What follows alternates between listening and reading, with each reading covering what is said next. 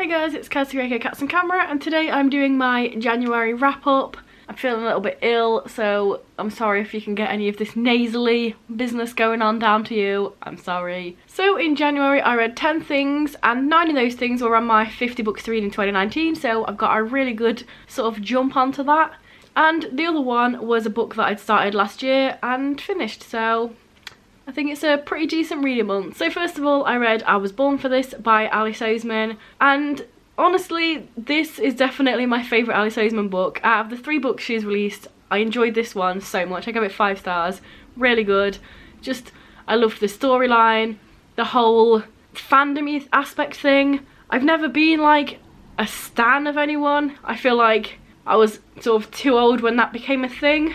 And yeah, I think I've seen some crazy stuff and how people treat sort of bands, especially boy bands and stuff, so it was really interesting to read that aspect in here. I would definitely recommend anybody that sort of likes music, or heck, even like actors or YouTubers and stuff, because there's that whole thing of people trying to get to James Charles's house and people wanting to go to the Dolan twins' dad's funeral. So yeah, there's a lot of people that need to see that the people that they idolise are just people. They're not gods. Leave them alone. And yeah, I've written a review for every book on here, so I'm not going to be going like massively into the actual story. If you want to check that out, my Goodreads is down below. But basically this follows some band members in this band called The Ark, and we also follow one of the fans of theirs, and the stories kind of intertwine and connect, and we see things from different points of view. And yeah, it was just really good. Next up, I read The Smoke Thieves by Sally Green. The Half Bad series by Sally Green is one of my favourites, so I was a little bit apprehensive going in this. I was like, do I like Sally Green as an author? Do I just like that specific story? Is this going to let me down? Am I going to love it? Luckily I loved it. We follow a few different characters in here. It's dual perspective and it's a fantasy, political, it's really good, and I'm glad I finally picked it up.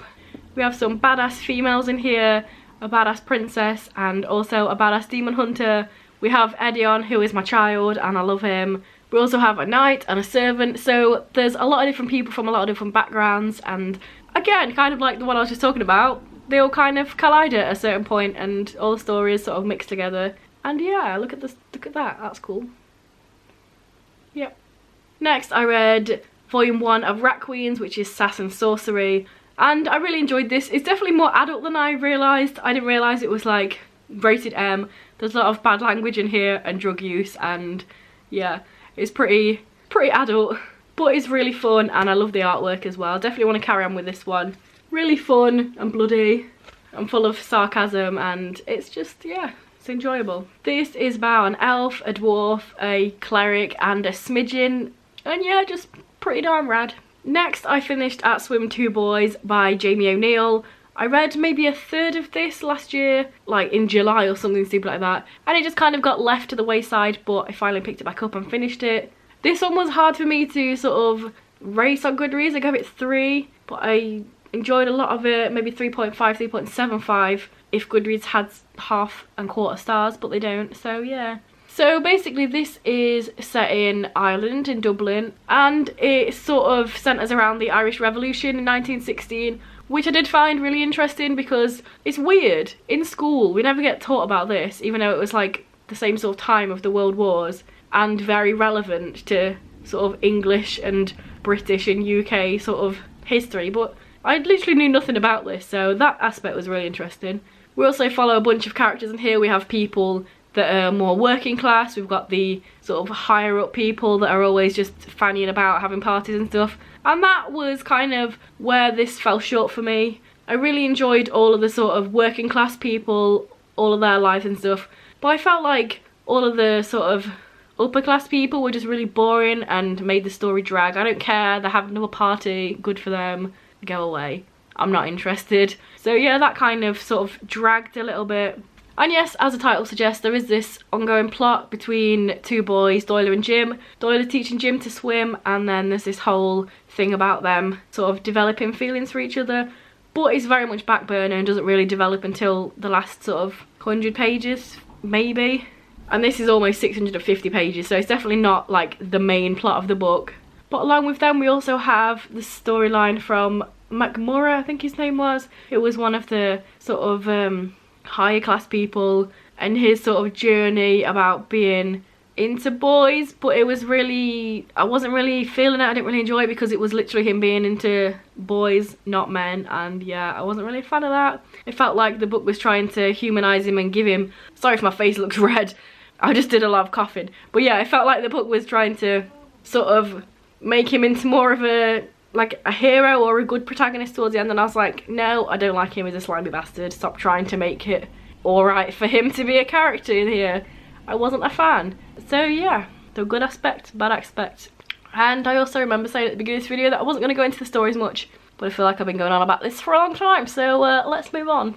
Next, or I guess next, I read the Mara Daya trilogy by Michelle Hodkin, which is the Unbecoming of Mara Daya, the Evolution of Mara Daya, and the Retribution of Mara Daya.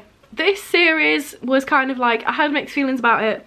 I sort of enjoyed it, and then I enjoyed it a lot more, and then I kind of was like, what? I'm kind of enjoying it, but I don't know whether I enjoy it that much kind of feeling. So the first one was pretty much like your standard sort of set in high school romance bad boy that nobody really knows anything about, but with sort of creepy elements and twists and stuff happening. It very much reminded me of like 90s point horror. I did enjoy it. I thought it was really cool. I literally had no idea about this series going into it, other than maybe an asylum was in it somewhere. So yeah, I didn't really know what to expect, but I enjoyed it. The love interest Noah I did actually like. I feel like he's one of them characters that people either think, oh, he's posh and rich, I don't like him, or he's broody and sarcastic, so I do like him kind of things. I enjoyed him. I didn't hate him. But the thing I liked the most about this series was the family aspect. I thought it was really cool that in a YA series, the parents, the siblings were very much a part of the story and very sort of intrinsic to the plot and to Mara herself. I enjoyed that. Oh, I'm talking too much, it's making me cough. The second book we kind of got a little bit more creepier, a little bit weirder. The sort of elements being thrown in that you kind of like, what is going on here? But there was also a lot more romance in here, which I probably could have done without. I feel like every other page, Mara and Noah were on a bed or a settee or somewhere making out, or wanting to make out but too scared to make out but kind of want to. It was a bit much for me, but a lot of people like that romance aspect, so I see why they would probably like this. I enjoyed it, but maybe about half as much I would have enjoyed more. And then the last book kind of went really weird for me. I had no idea where this was going to go. I had no idea where it was going to end or why certain things were happening to Mara and to other people. And this one, I was kind of like, what? Really? I don't know, it's just a weird way to go, a weird way to explain stuff, I guess. Don't want to say the spoilers, obviously, but there was some weird stuff.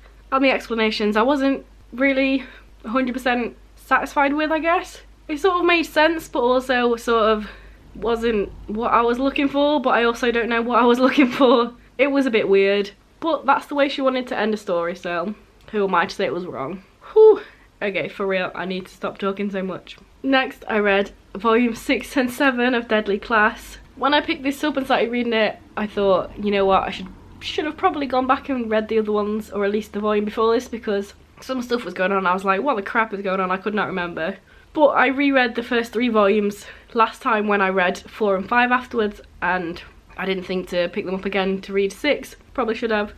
But eventually I think I kind of got into the swing of things and what was going on. And yeah, not much to say about this. I mean, with 6 and 7 volumes in, so be a bit spoilery if I was. What I can say, I guess, is that I think the volume before this one, some new characters were introduced, and they kind of got a bit more fleshed out in these ones and kind of knew a bit more about them and cared a bit more about them, so that was good. And I really just like the aesthetic and the feel of this series anyway. It's set in the 80s, it's a bit dark, a bit depressed, a bit grungy. I mean, it's set in a school for assassins, so it's not going to be all fun and games, is it? But yeah, I really enjoy this series, and I'm going to carry it on. So this is a sort of style in here, very colour blocky, like this one and then this. And last but not least, I read Preacher Volume 3. This one we learnt a lot more about backstories about certain characters, and there was more explained about other things going on. It's spoiler if I say anything, but yeah, it was good. I enjoyed it. There's stuff going on, you're learning about stuff. It's gruesome like it normally is. Yeah, I enjoy it. And here's what we're working with in here. This is about a preacher guy that gets this weird power called Genesis, and then he can tell people to do whatever he wants them to do and they'll do it. And there's an Irish vampire, and yeah, stuff happens. So yeah, there we go. Those were the 10 things I read in January. Let me know down below what you read in January, or if you've read any of these, let me know your thoughts, or if you want to read them now I've mentioned them. There you go. Also, like I mentioned at the beginning, I do have my Goodreads down below, and my Instagram if you want to check it out. If this is your first video by me and you enjoy it, then please check out some of my others, and if you continue to enjoy them, then please subscribe, that'd be awesome. Anyway guys, I'll see you in a few days with another video. Bye.